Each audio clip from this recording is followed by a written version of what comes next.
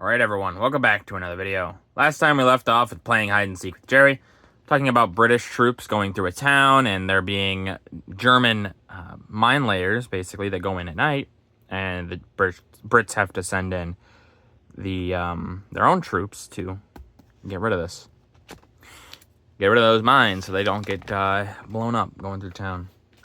We're now on to the Reds reach the Baltic. January 28th, 1945. Down to the sea. Silhouetted against the sky, Russian Tommy gunners advance along the Baltic coast in the battle for Memel. Red Army men who were among the first to reach the Baltic Sea at Memel, captured January 28th, are shown below. This port, unlike other Baltic Sea ports, never freezes and is equipped with good docks and warehouses. The city was heavily fortified by the Germans. Yeah, so the Germans have this city, and they talked about it. We talked about it in, I think, 2 previous videos. Or not the last video, but the video before that.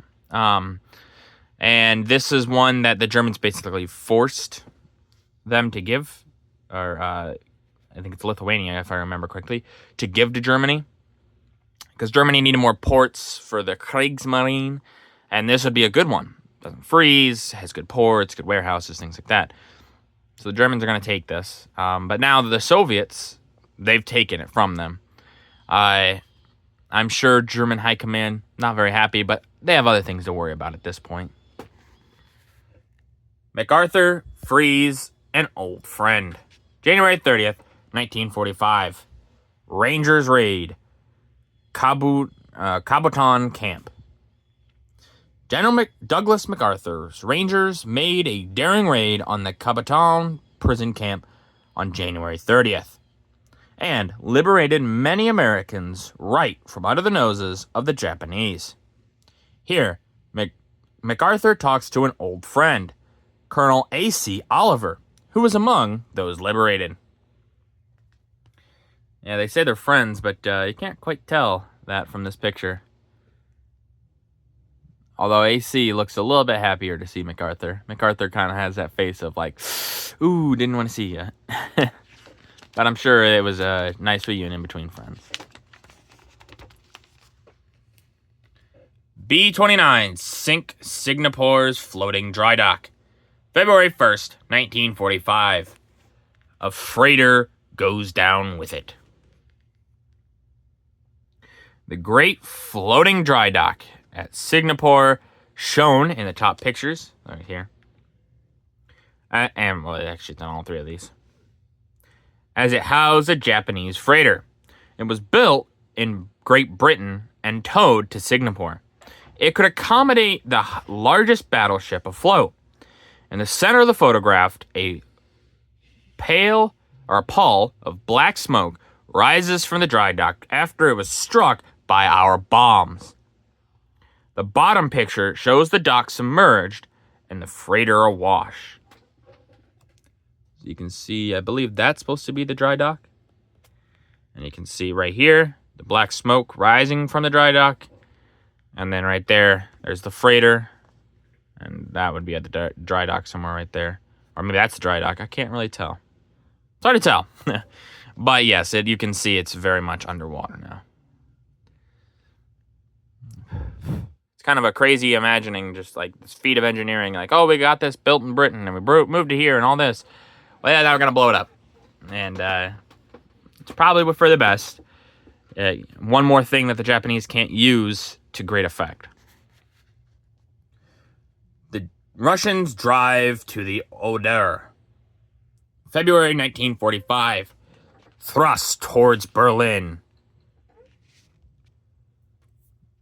The Great Russian Offensive began on January 12th. Swept with electrifying speed across Poland and into German Silesia and East Prussia. Marshal Zhukov, 1st White Russian Army, poised a dagger point at the very heart of Germany. Reaching the Oder at Kustrin and Frankfurt, only 30 miles from the Nazi capital.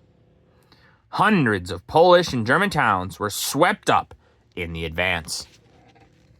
Yeah, you can see they've got East Prussia. They've got a lot in that.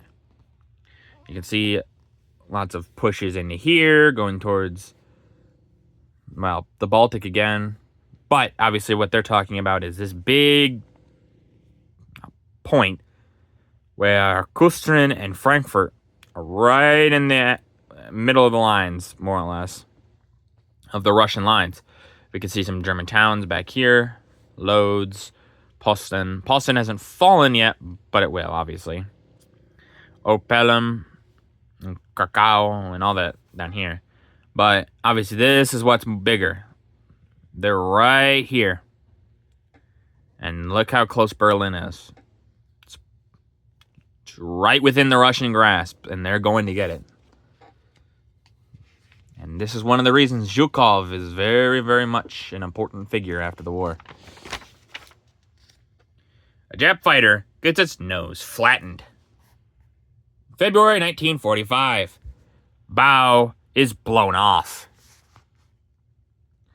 A B-26 of the 5th Air Force swoops low to sow its deadly cargo in Passaleng Bay, Luzon. Although 2 of the bombs explode wide of their target, one has already blown the bow of the ship right to bits. Japanese landing craft are on the beach in the background, and one of the bombs was probably directed at them. Yeah, you can see a few of those missed, but the ship has been hit, or at least pretty close. And maybe it was meant for these, but who's to say? Japanese probably not liking this too much. The Americans are pushing in, getting close, and they're getting to more daring attacks. The Americans seize Rohr Dams. Rohr Dams?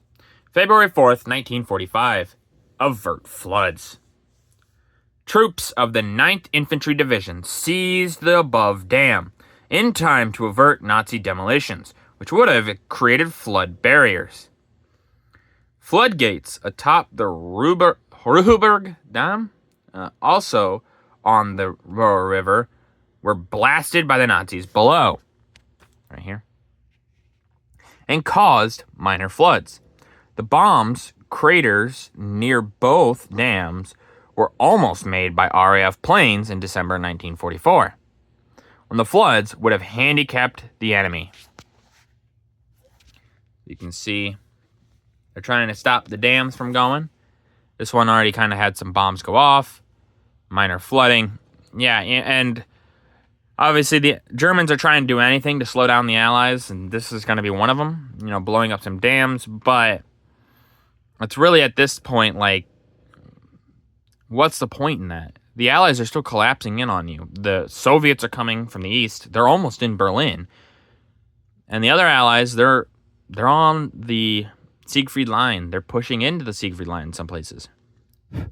What's the point in trying to blow up these dams and then just hurting yourself later? Obviously, we can say that now, but it's an enemy that's still fighting on its last legs. It's a wounded animal. It's backed into a corner. It's going to use all of its strength to fight a fight back. Shelling the Nazis in East Prussia. February 1945. Pasting the fatherland. A Soviet big gun pounds after Nazis fleeing over roads in their own East Prussia. The huge rifle is manned by men of the 2nd White Russian Army. Elsewhere in the north, the Reds pierced the Bay of Danzig, splitting the Germans on the Samland Peninsula. And in the south, Breslau was ringed while other Russian forces swept beyond.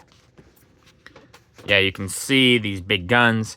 The Germans are getting pounded. They're trying to get away from the Soviets, and the armies that they're defending against them, they're big armies or something like that the Germans have. They don't have barely anything. It's old men and young boys at this point. There's still a few trained soldiers. There's quite a few trained soldiers still here. But not enough nearly to make up for the lines. They don't have the men anymore. They're running out of men. They're starting to get to the point where they're scraping the bottom of the barrel. And when the Soviets start to get towards Berlin and get on that defense, the defense of Berlin literally is just old men and young boys. There's not really any soldiers still defending Berlin. There's not going to be. And it's just sad to think of what this war has done to many people. And with that, that's going to do it for this video. If you guys liked the video, leave a like. If you didn't, leave a comment. Tell me what I could improve on. I always appreciate your feedback. And as always, subscribe. It really does help out the channel. Thank you.